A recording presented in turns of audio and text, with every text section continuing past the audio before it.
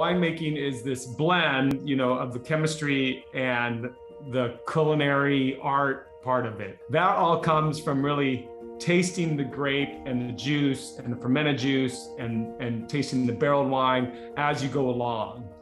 And so that part of it, and then also I've always been interested in the chemistry of winemaking. I didn't really have a lot of time to explore that in detail until about 7 or 8 years ago, when my wife and I decided to kind of jump in and try to make some wine. I was able to combine sort of my love of chemistry and my intense interest in wine, and kind of put together both the scientist and the artist inside of me to make this great wine.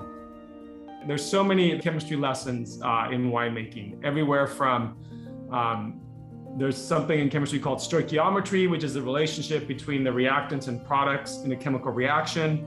And so one of the important things in winemaking is to go out there in the field, in the vineyard, and measure the sugar in the grapes, because the sugar is what gets converted into alcohol. And it's straight stoichiometry in terms of figuring out, okay, if you have a certain amount of sugar, how much ethanol will that produce? What I try to do in my class is make chemistry relevant to their lives, right? So the more outside examples I could bring in that show how chemistry is not just something, you learn from a textbook and it's just kind of this dry subject, but rather has applications all around it.